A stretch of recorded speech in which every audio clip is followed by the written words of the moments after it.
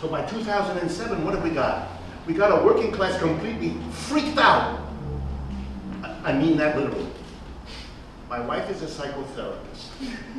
I've been married to her for many, many years, and I have watched through her dinner time stories her description of the mental, how shall I put this politely, catastrophe of the American people. They can't. They can't handle the trauma of the end of what they were taught to expect. They're very bitter. Somebody screwed up here. Somebody is making all the things that were supposed to happen not happen. I'm working my ass off. I am exhausted.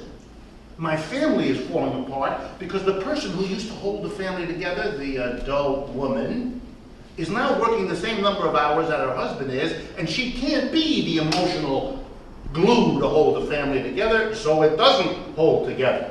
So we have 30 years of people running around the community saying, we need to return to family values. Why? Because the family is disintegrating on them. That's why.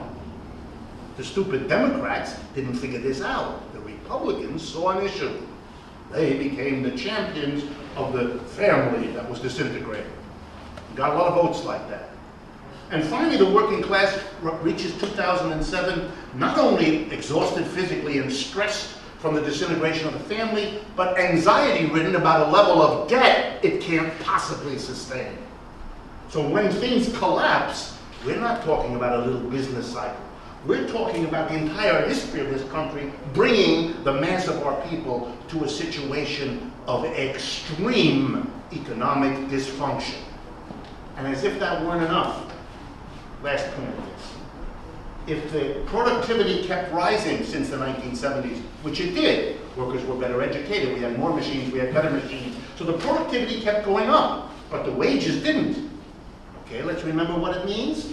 Productivity measures how much a worker in an hour gives the employer. That keeps going up. Real wage measures how much the employer gives to the worker. That doesn't go up anymore. That goes down. The gap between these two, that's called profits. And profits in the 1970s in American industry go mad. They explode. No mystery here at all, once you know where to look. But of course, where to look, you need a theory. It tells you where to look. That's what all theories are good for. They tell you where to look. So I'll tell you in a minute what theory I have that teaches me to look at these two numbers, these two lines. But this is the profits go crazy. And what does the business community in America do? It has its own different theory. What does it say? It notices that the profits are going nuts. And they're going nuts everywhere. Main Street, Wall Street, everywhere. Because all employers don't have to pay higher wages. Meanwhile, they're picking up rising productivity. So the theory of the business community, which shouldn't surprise you once I tell it to you, was different. Not the theory I'm just doing here. Here's their theory. We, the top managers of American business, are genius. We are possessed of a quality called entrepreneurship. We can't really spell it, but we know it's important. And we develop new heroes in our culture. Jack Welch, the head of GE. Remember? Lee Iacocca, head of Ford and Chrysler and Barrett. We develop cultural heroes, these geniuses. And of course, you know, you can see why it would make sense for them to have this theory. Because after all, if this explosion of profitability is about the genius of a top manager, what becomes reasonable? Paying him a lot becomes reasonable. This is the time when the salaries, the bonuses, the stock options of America's top managers go nuts. 2 years ago, it was a hot issue in America. My God, and the American people were angry at the huge bonuses that Goldman Sachs.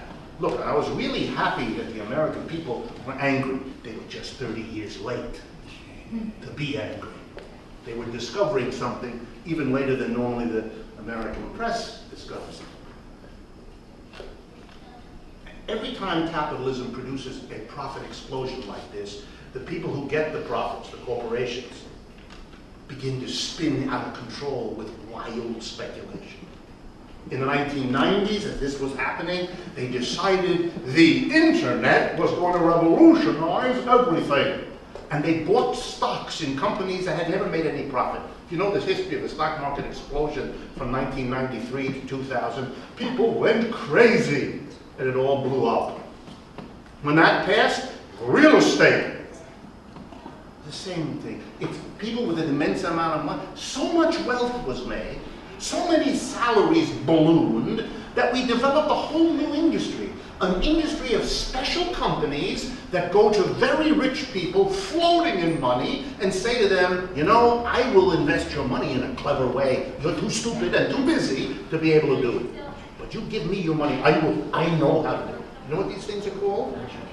Hedge funds. That's all this is. A hedge fund. So we have this entire structure. Because of what? Because of the disjunction between productivity and real wages. Now, a little number. For tonight, I went to the Bureau of Labor Statistics, BLS.gov, if you want to find all these statistics are there. That's part of the United States Department of Labor. It's the statistical branch of the United States government that produces all these numbers. And I compared over the last year, July 2009 to July 2010, a month ago. Here's what, just in case you were wondering whether this situation had changed. Here we go. Productivity, output per hour per worker's hour, went up 3.7%. Very impressive, in 1 year. Now let's see what happened to the real wages of the American workers according to the BLS from July 09 to July 10. Down by 2.8%. Let's do that again. What we delivered to the employer where we worked went up by 3.7%, and what he paid us for doing this nice job was 2.8% less than the year before. At this point, I really ought to have a moment's pause and play you the national anthem. Because a society that can do this, can keep doing this for 30 years, is a society in which the working class has lost the capacity to act. It just sits there and feels bad and watches another hour of television and maybe a little porno to recoup a sense of loss that is real. Or maybe it'll go to a tea bag or tea party rally. Tea party rally, because it's at least a way of expressing anger. Anger about a situation that really is extraordinary. Sometimes, some of you have heard me talk about a kind of a Marxist approach, a footnote. Why do I look at productivity and wages? Because that's what Marxism taught me to do. I didn't learn Marxism in an American university, even though I went to what I consider to be very good universities here in the United States. Nobody taught me any Marxism in them. I learned that on my own. But Marxist theory is that the worker produces for the boss something called a surplus. And the boss's surplus is larger the less he pays the workers. Not a very complicated idea, but Marx really ran with this thing, and I thought this was very clever, so that made me look at these numbers, and I was able to put together a Marxist interpretation of the crisis and how it comes to the fore. In this kind of a situation, a Marxist argument might be, gee, what could we do that might have prevented this from happening? And here's a thought just to take with you. Suppose workers didn't just come to work Monday to Friday, 9 to 5, and do the work, and then go home and leave behind the work that they produced for the employer to sell and make money. Suppose we reorganized enterprises so that the board of directors, the decision about what to produce, how to produce, what to do with the profits, was not made by a board of directors and shareholders, but was made by the workers who work in the plant. Cooperative, community, socialist, communist, whatever words you want. But you all know what I mean. Here's one thing that would have been different. The one thing, American history. Why?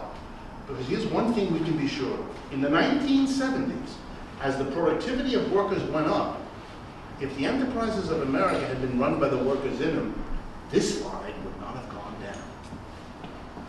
no way that would have happened.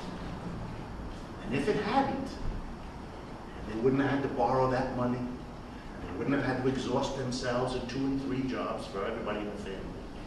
Our history would have been completely different. But in order to see that, you have to do it in analytic. You have to face a crisis in these kinds of forms. Last thing, and then we'll go to the conversation. One of the effects of this kind of a situation is that these people's lives get more and more difficult.